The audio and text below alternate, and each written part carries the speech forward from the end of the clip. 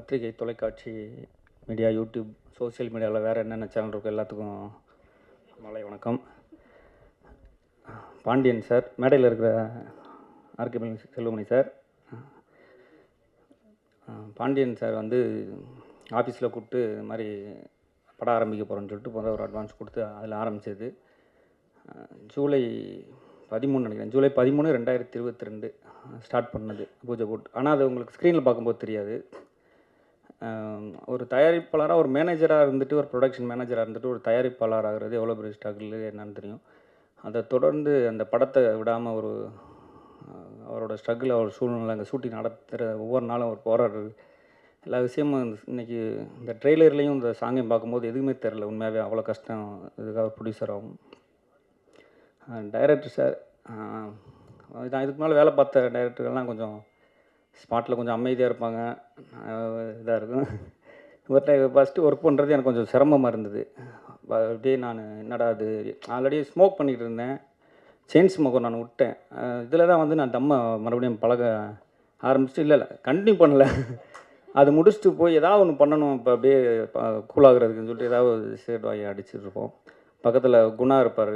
அந்த மாதிரி இது மாதிரி பயங்கர ஸ்ட்ரகிளாக நிறையா ஹேண்டில் பண்ணுறது, அவர் எப்படி அவர் சொல்கிற மாதிரி நம்ம பண்ணுறதுன்றது ஒரு இது இருந்தது. பயங்கர கஷ்டமாக இருந்தது.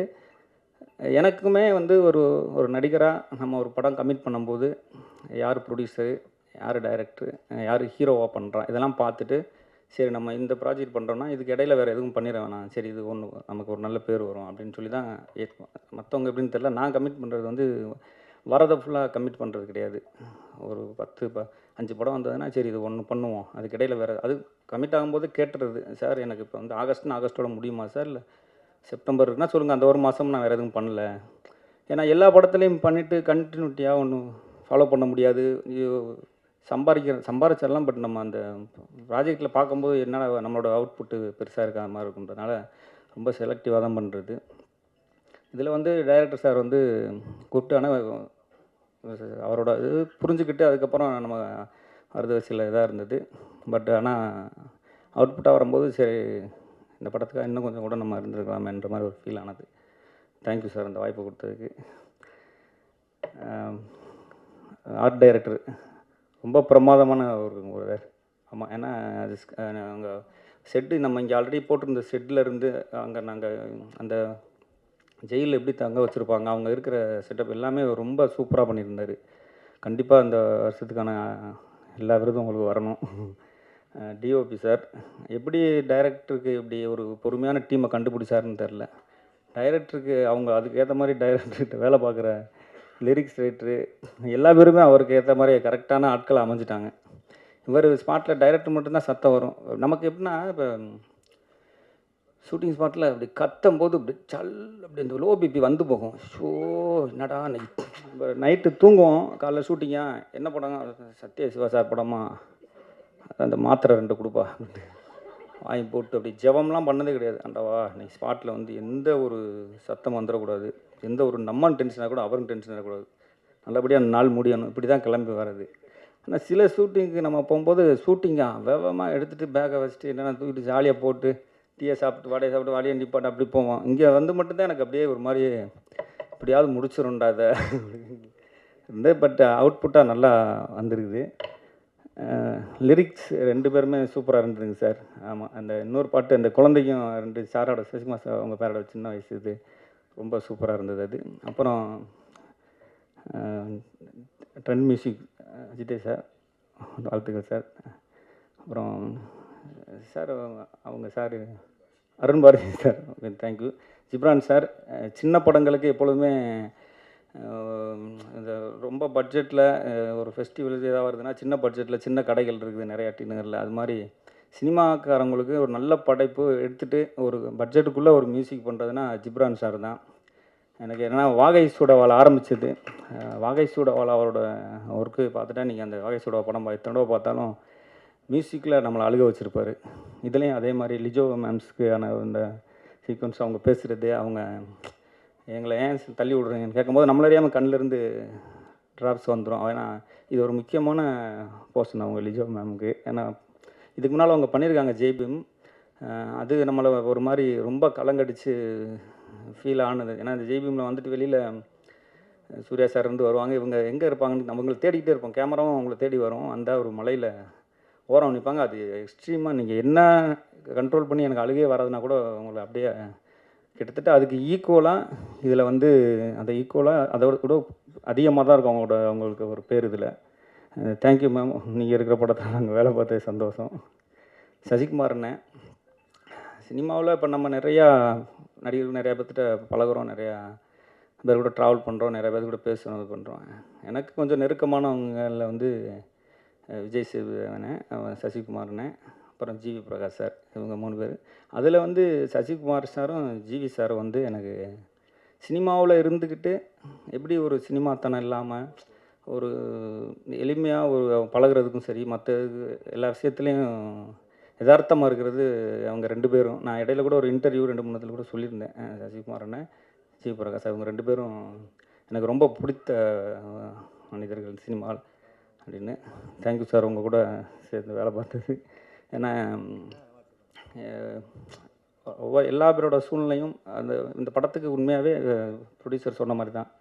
வேறு யாராக இருந்தாலும் இவ்வளோ சப்போர்ட் பண்ண முடியாது. ஏன்னா நம்ம ஒரு கேரக்டர் ஆர்டிஸ்ட்டாக பண்ணுற நம்மளாலே லோ பிபி, ஹார்ட்டு, சுகரு இது எல்லாமே வருது. ஒரு லீடு பண்ணுறவங்களுக்கு ஆனால் அது ஃபைட் சீன் வரும், அடித்து இது பண்ணுவாங்க, அந்த பிளட்டு வரதெல்லாம் பார்க்கணும்.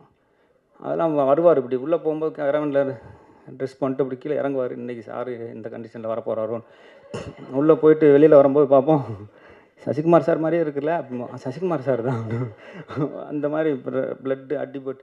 ஏன்னா இப்போ நம்ம ஹீரோனா அவங்க ஒரு மெயின்டைன் பண்ணுவாங்க, இந்த இது வேணாங்க, இது இப்படி பண்ணிக்கலாம் அப்படின்னு. அந்த மாதிரிலாம் இல்லாமல் முழுமையாக ஒப்படைச்சார். ஆமாம், சந்தோஷம் சார், ரொம்ப ஹார்ட் ஒர்க் பண்ணியிருக்கீங்க. கண்டிப்பாக இந்த படத்துக்காக ஒரு சிறந்த நடிகருக்கான விருது கண்டிப்பாக வருன்றது நம்பிக்கை சார். ஏன்னா அவ்வளோ ஹார்ட் ஒர்க் பண்ணிக்கிறேன். சார் டிஓபி சார் சொன்ன மாதிரி தான், அந்த இவிபியில் போவோம் நாங்கள் ஒரு 4 பேர் ஃப்ரெண்ட்ஸாக உட்காந்துருப்போம், குழியை தோண்டிகிட்டு இருப்பாங்க, இன்றைக்கி என்ன நடக்க போதோ, முள்ளிங்கால் போட்டு வரணும். சசி சாருக்கு வந்து முன்னால் வச்சுருவாங்க, கேமராவுக்கு முன்னால் ஒரு 4 ஸ்டெப் நடந்தால் போதும்.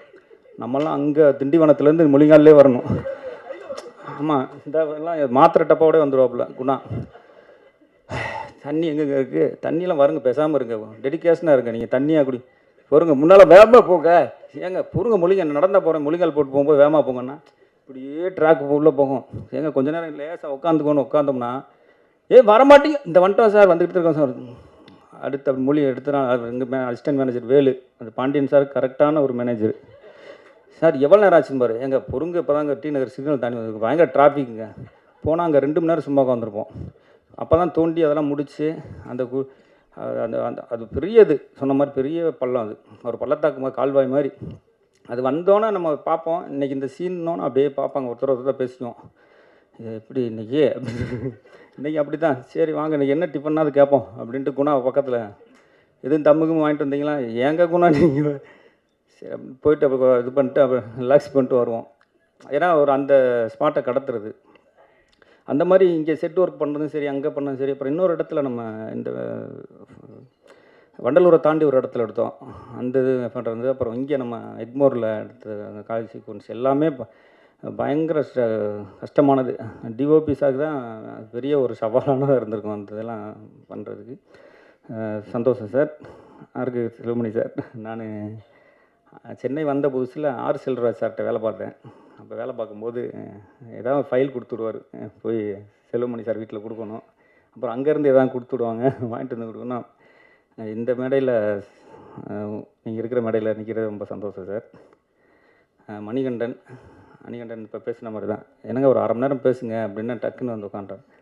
மணிகண்டன் ஒரு அவருக்கு என்ன தோணுதோ அதை பேசிடுவாப்புல. அது இந்த இன்டர்வியூ பார்த்து தான் மகாராஜாவிலையும் வந்தது.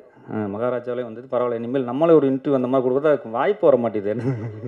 இன்டர்வியூ கொடுத்தா ஃபோன் பண்ணி திட்டாச்சாராங்க, என்ன உனக்கு பேச தெரில, கொஞ்சம் நல்லா பேச மாட்டேன்னு. வாழ்த்துக்கள் மணின்றவங்க கூட சேர்ந்து வேலை பார்த்தது ரொம்ப சந்தோஷம்.